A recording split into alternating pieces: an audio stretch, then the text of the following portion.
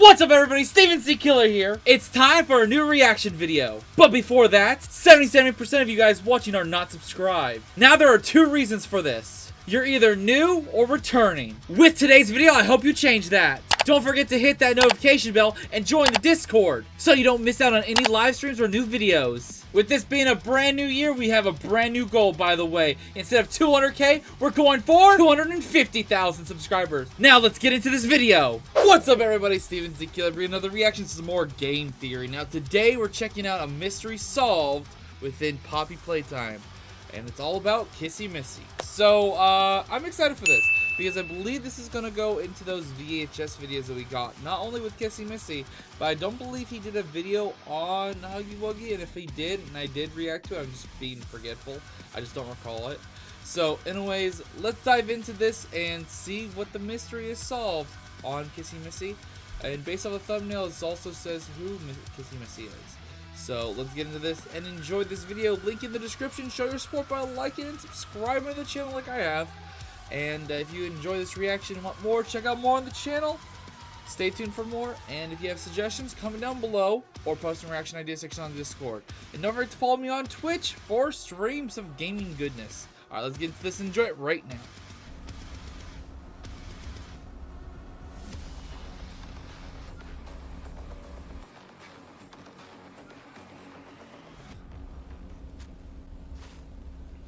Couldn't have gotten far. What was that? Stay alert. It's gonna be Matt. There he is. Stay calm. Don't worry. I'm not here to hurt you. How about a Diet Coke? You want one? Yeah? And Hello Internet, welcome to Game they always have fun with these introduction videos. It's awesome. Theory, the show that only gives you one instruction to have fun. Smash the subscribe button. Huh, mysterious red text that isn't the same as the rest? Totally not suspicious. Today, with the FNAF timeline finally behind me, we are overdue to cover something completely different. A game where we explore an abandoned children's entertainment venue filled with oversized characters that were at one point friendly, but then turned evil on account of being possessed by the souls of dead children. See? Completely different. Yes, my friends, we're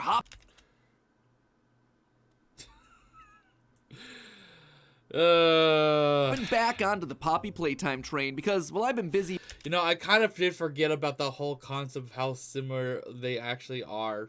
I forgot about that. Over in my own personal animatronic hellscape, Mob Entertainment has been dropping all sorts of new content. The spin-off title Project Playtime, a complex multi-month-long ARG, and my other favorite form of content, I have no idea what the hell that other thing is. Analog horror YouTube videos. Because you can't spell analog horror without the lore. Oh, I suppose you can. There's no E in analog horror. Well, guess what? It's a silent E anyway. Call it the phonetic spelling of lore. So far, Mob has released two quote-unquote lost VHS tapes to their YouTube channel. One from 1992 and the second from And I was right. He's going to cover both of them. Let's go. Not only are we going to get the one for Kissy Missy, but we are getting the one for Huggy Wuggy. Nice. 1995. Look, the titles have the dates in there and everything. Even a .mp4 at the end for that truly authentic lost footage feel. Despite the fact that MP4 as a file format didn't exist until 2001. But who am I to judge? Anachronistic file formats aside, these things aren't just filled with a bunch of mindless spooks building hype for the eventual release of Chapter 3, they're also filled with clues to the lore. And I think...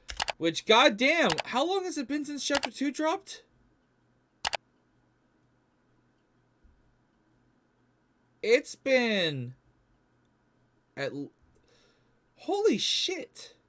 I think it's been as long, or maybe it might be longer than the wait between Chapter 1 and Chapter 2. Thanks to one of these, I've been able to solve the identity of a fan favorite character. Everyone's beloved jumbo pink plushie, Kissy Missy. Who's hidden inside our floppy little friend? I think I have the answer for you. So grab your tranquilizer darts and flashlights, theorists. There's a theory on the loose. The first VHS released onto the channel was called Restricted Disappearance 06/18/1992.mp4. In this video, we see Huggy escape the facility and run out into the woods with a large group of Playtime employees in pursuit. 5 end up dead and 6 remain missing. Seems like Huggy can't be stopped. But then the video ends with an ominous scene of the giant Huggy peacefully standing next to a normal residential house. He's captured and brought back to the facility. In terms of lore, this video does a lot with very little. On the surface, this tape feels very straightforward. Huggy escapes the facility, scares ensue, and then he's brought back. But this short, basic narrative actually goes a long way to confirm many suspicions that we've had about the characters and the events of this franchise. First, this video reinforces the timeline of the bigger bodies in it. Oh, I wonder if he's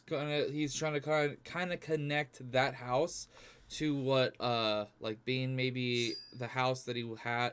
Hey, thank you for subscribing. Do that, you may get a shout out in one of my videos as well. But I'm wondering if that house has anything to do with the soul or the kid that was used to make Huggy Wuggy alive. Maybe memories or something? I don't know. Initiative. Playtime Co.'s push to create giant toys that help around the factory. We know via unlockable cards that are found in Project Playtime that Mommy Longlegs started as a bigger body creation before they wound up making toys of her in 1991. So this VHS taking place in 1992 fits into that rather nicely. The project is in full swing at this point, and the trapped toys are starting to get restless. It also confirms something that we've suspected for a while now, that some of these giant toys were created using orphans in some way. That's why we see Huggy standing outside of a house at the end of the tape. He was just trying to go back home, the home that he was either adopted in Called it! or his foster home. His childlike instincts taking him back to the last place that he felt safe. It's this incredibly sad, somber moment that does a lot to showcase the tragedy of this game's story. And that's not all. This Huggy seems to be acting differently to the one that we met in Chapter 1. Huggy escapes the facility, but there's no mention of violence towards the staff. Huggy only seems to become violent to the employees after they shoot at him. This tells me that Huggy, and presumably some of the other experiments like him, aren't naturally violent. It also reinforces what we see in Project Playtime's tutorial. Huggy is largely complacent until the prototype urges Huggy to kill. They are trying to build more toys, more like you. Kill everyone in sight.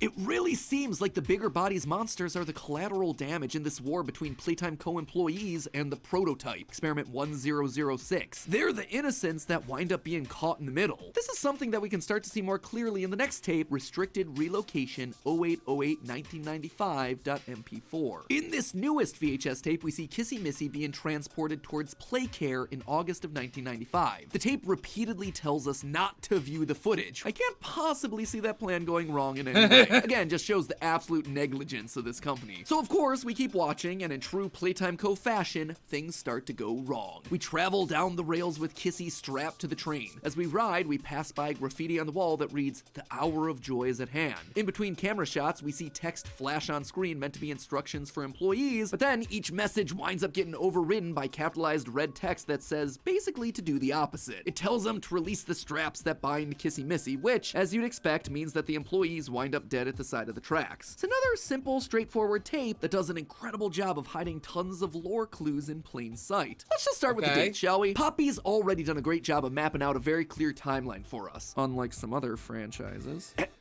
Damn! At this point, we know when each toy was made, starting with Poppy in 1950 and ending with Boogiebot in 1993. And because Mommy Longlegs was a big body before her toy released in 1991, we also know that the giant toys were in development sometime before that. At this point, the only key date that we're really missing is the day that the toys went rogue, destroying the facility and either kidnapping or killing. Well, at least you have kind of like a middle, like a perfect ground of like the start and ending kind of situation. Like, the middle is all the pieces that you're putting together now. Members of the staff, as we hear in the background of this Chapter 1 VHS tape. That's why I'm making this log, so that the same mistake won't be made twice. But now, thanks to a combination of this relocation tape as well as the developer interview, I think we can tell when it happened. Recently, the developers went onto Discord to answer a bunch of questions that the community had, and one was about the date in which the Playtime Co. factory shut down. Well, I'm sure we all would have loved to have a definitive answer from them. Where's the fun in that? They had to make us work for it. What they did clarify, though, was that the factory did not shut down in the 2000s. This then narrows our window to a 7-year period between 1993 and 1999, which, let's say, is a lot more precise than we've had up to this point. But I actually think we can do it one better. Take a listen to the audio that we hear in the background of the Restricted Relocation tape. Hear those screams in the background? Do they sound familiar? Whether those who are beneath us understand it or not.